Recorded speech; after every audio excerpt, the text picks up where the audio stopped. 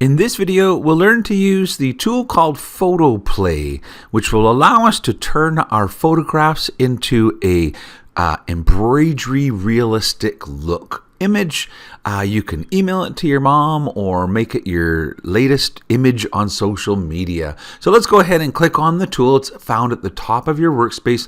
Kind of looks like mountains inside of a postage stamp, and it's called Photoplay. So go ahead and click on that, and a little window will open up, and the first thing is to select an image that you would like to convert into embroidery. And it's looking at the clip art images that come with the program, but I can browse this to any location of my computer, and I know that on my desktop there is a photograph of a cute little baby lying on a pink bed, and so I'm going to open up that image. Yeah, so now the window will appear and show your image, and really there are two steps to this. The first one is your ability to crop the image, and so there's kind of like a set of handles that you can move down, and wherever I make that line, this will be included, and the kind of meshed off area would be not included. And so this is known as adding a mask. And you can use the rectangle mask, which is known as the box, but you could also do any of these custom shape masks, footballs, hearts, triangles, stars. It's just a nice oval, even custom. So custom would be your ability to actually create your own mask, and you would need to kind of click. So, you could technically cut the little baby away from everything else and just have the baby. While that might not seem totally logical, maybe it's a car in a parking lot and you'd like to have just the car, and not the parking lot. And so you draw with left click, left click, left click. And when I right click, it makes the mask. Yeah, and so, it's very easy to draw your own custom mask. If you decide you don't like the custom mask, you can just switch back over to the oval. And essentially, you can play around with the masking and the size, because it also tells you that your original photograph was 20 inches by 13. And now that I've kind of put this mask on it, it's going to be about 18 inches by 12. And so if you need that picture bigger or smaller, you can adjust all of the numbers here. And so once you're happy with your mask and what's going to be included, then say next. And now the program will begin to do the actual embroidery stitch effect. And you have a series of, parameters that you can control to change the results. And the first one is the maximum number of colors or threads. So in this case, it's set to 32 as the default. You can turn that up as high as 60. And of course, that will bring in more shades of colors from the photograph into your results. You could also turn this down, and maybe try 4 colors and do an Andy Warhol posterized version, of your photograph. And so there's no right or wrong to it. You can view it in like a 3D realistic look, or just with the kind of thinner lines. So let's go ahead and turn this back up. And then the next question is the thread chart. Now, this tool, Photoplay, is the, little sister to Photo to Stitches. In other words, if you own the FTCU program, you'll be able to use this same tool to create actual embroidery designs that you can stitch out. But at this level, we can simply use it to create images and, use it as a cool way to, sample what it would look like if you did have the full Photo to Stitches, but also just to make a cool image that you can email to your friends. So let's take a look at how it all turns out. You can change the thread chart to any of the thread charts that are available in the Floriani software. This will, make it match those colors versus the Floriani colors. Currently, it's set to make a color design, but you do have the ability to do with grayscale, sepia tone, monotone.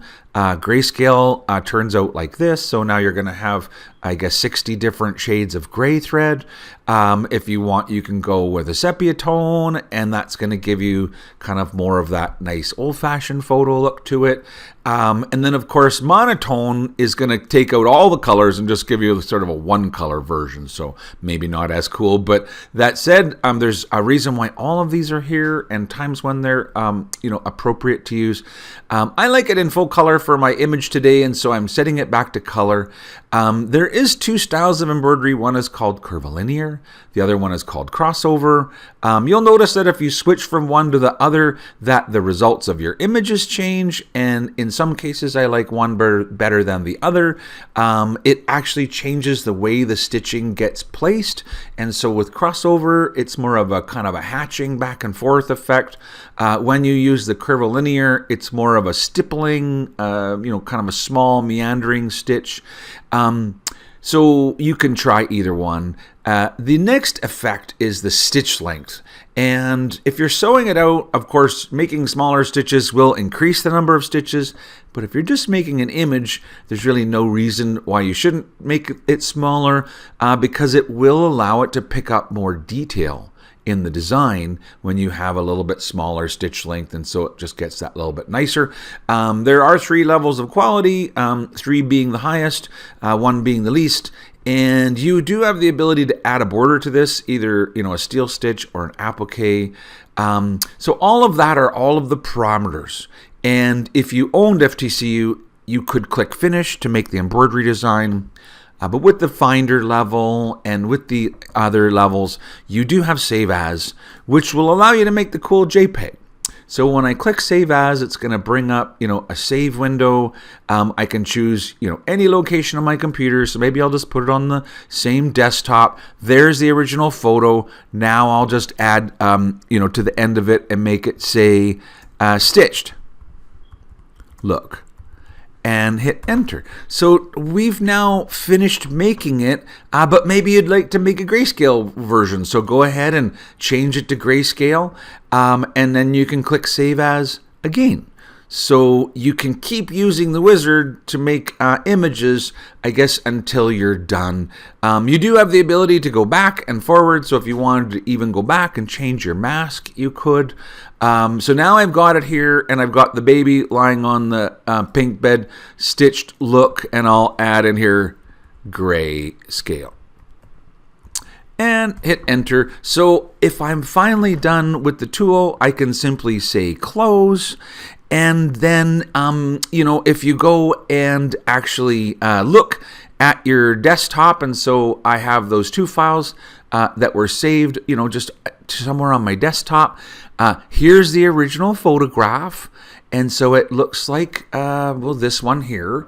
And then I have the one that we just made here. So this is the new, I guess, stitched look version of it.